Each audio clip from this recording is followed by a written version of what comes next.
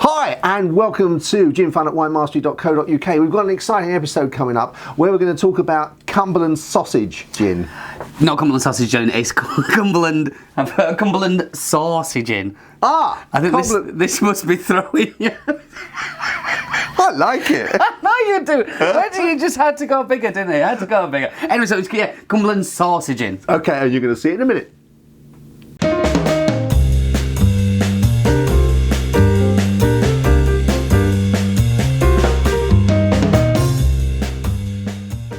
So here we have not Cumberland sausage, but Cumberland sauce gin. I was going to say, I wonder what a Cumberland sausage gin would taste like, but then what's a Cumberland sauce gin going to taste like? I think in Cumberland sauce it's red currency, I think, isn't it? Oh, I don't know. I think so. I always remember years and years back when I first started working here, selling a jar of Cumberland sauce instead of cranberry sauce because they were in the same kind of container. And my old boss, Tom Chervick, if you are watching, never let me live that down. I still remember that to this day. Tom Chervick, and he hit me as well. He gave me a right clip on back here. However, I don't think I've ever tasted Cumberland sauce. No, well, I think I've had it with Cumberland sausage. That would make sense, John. I can't stop looking at that.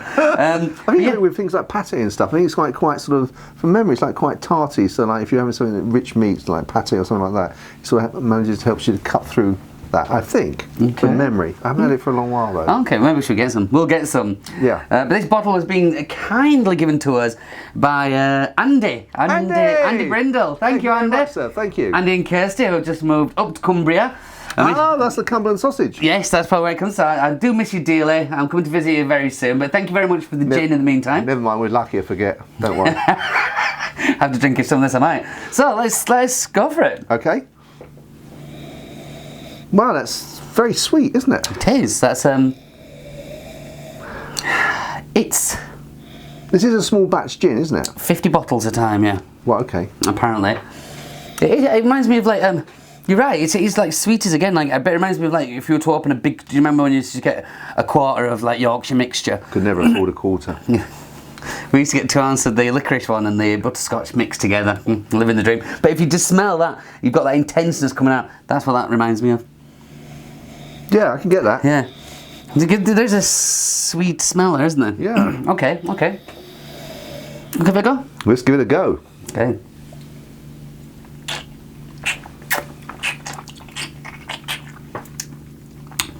Oh. Is this 42%? I'm just checking that because straight on 40. Okay. That's a bit. Yeah, I'm getting on the underside of the tongue. It's sort of like it's attacking it. It's like, yeah.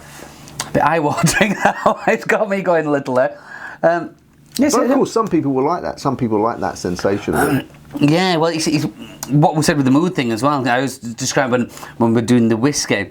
Sometimes you come home and you just want nice, like Speyside single malt, nice and smooth, sweet, easy going. But sometimes if you've ever had a hard day at work, you want to know you've had a whiskey and you got something like Lafroig with a peat that bites back a little bit. And this does have that bitiness there. Yeah. But on the nose, there's no sort of alcohol burn on the nose. No, which is unusual because we've had some of the Navy strength stuff, haven't we? 57%, which has been smoother. Yeah. And there's definite orange. Yeah. And that's for me the predominant. And then the juniper kind of gets like you say around your tongue. Yeah. And dries you a little bit. I do have to confess it's got a bit of that what I describe as that soapiness, that sits on your tongue. It's there. Yeah. I can imagine. But at the minute we are drinking it neat as well. We are drinking it neat, yeah. So, these things do happen. But yeah, the flavour's not coming through which came on the nose, if you know what I mean. I'm not getting... I was just thinking that the nose and when you drink it, they're almost two completely separate tastes. And you're thinking, well, how can it smell like that when it tastes like this? Yeah, because you're expecting on the nose. I mean, that is generally what you do when we are doing anything, wines, whatever. You can get that nose and think, well, is that going to relate to? But it doesn't. It doesn't have to, of course, but it's just surprising when it doesn't. It does have a nice peppery bite. No, there is that. Yeah. But for me, I don't know if this is something I would drink neat.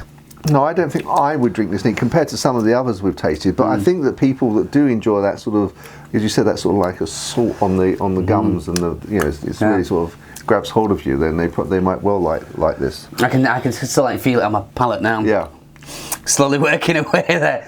It kind of hits a spot. Yes, it does. It does, and not everyone, of course, not every craft distiller, artisan distiller, is actually after creating a wine that is going to be drunk neat. There's some creating it to be made, to be enjoyed, should I say, with a gin and tonic.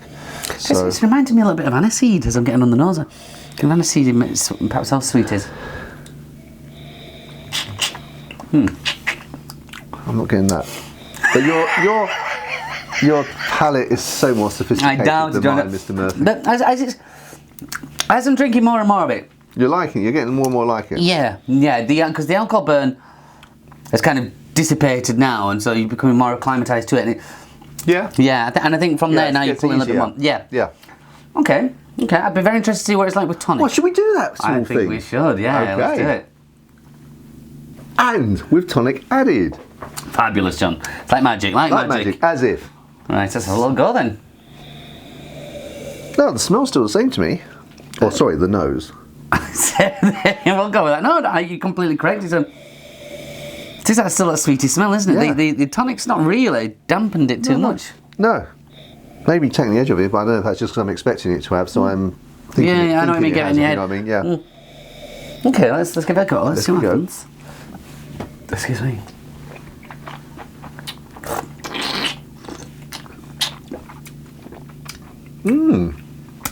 Actually, with tonic, that's not a bad G&T, is it? That's very good. Yes. It's still giving me that, surprisingly, even the tonic, I'm getting sort of like the slight burn at the back, which surprised me. Not too bad or anything, but it's... still, you can still tell, you get a bit of high water thing. Seeing you again for so long. Stop that. Wait, I didn't know what to expect from that, and I'll be honest, I wasn't expecting much, but to be fair, sometimes the tonic can improve it, and sometimes I like it neat. This is definitely a gin for tonic. For me as well, yeah. Yeah. And that doesn't mean to say everyone's going to be the same with it, of course, but yeah, I agree. For me, it would also be with tonic. That is a cracking gin and tonic. Boater, hat, lawn. Again. Yeah, I could. I need to come and have a look at this lawn, and can I borrow a boater hat? I don't have one of those. We'll just drink gin. Then I like that, John. We'll do it. No, it's for me, the alcohol burn is not quite as intense. Obviously, the tonic's taken that down. So, but I am still getting the kind of just the orange and the juniper. Yeah, it's still they're the predominant flavours in there. The alcohol, because the alcohol is a bit more subdued now, you can pull that out a little bit more. And instead of like soaping sitting on the back of my tongue, I'm getting much more at the front of my tongue with this now. But it is a lot, obviously, with the tonic in there, it's a lot juicier. Yeah. And that's definitely a gin for tonic. And that's actually. I didn't have much hope when we were drinking it neat kind of thing, but now that tonic's in there, it's made me smile. It wasn't the name that put you off. Sausage. Cumberland sauce. Oh, that's right. Cumberland Saucy. Cumberland Saucy. Saucy. Yes. But we'll have to give a special thank you. Yes. To both Andy and Kirsty. Thank you very much, Andy and Kirsty. Very, very, very generous of you. Thank you very much indeed. Thank you, Mum. Mum. Yeah. She's a coroner. Is she? Yes, she is up in Cumberland. God, grief, I'm dying to meet her. Yeah, we have to call it off.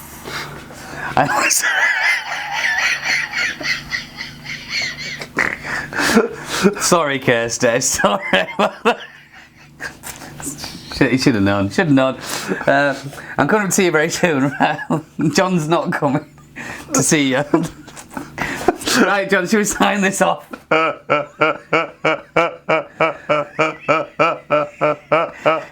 We all do. So impressed in this.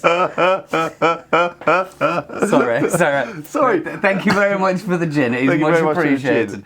And as you can see, it's on John's right. If you want to buy a bottle and give it a go. We don't know if it's available. I assume it's available all over the country. With it being small batch, I don't know if it'll actually get out. But it is $34.95. Okay, well, there's probably a website. We'll put that at the bottom of the post, so you can have a look at it there. So until the next time. Yeah. Sorry, John. I was just looking at the units. Units. Where's the units? No, I'm just looking at the warning that says men should not exceed 3 to 4 units a day. Oh right. Okay. I wanted to know how many units were in a bottle. I don't know. Lots. Okay. All right. Oh yeah, very well. Thank you. Sorry. Okay.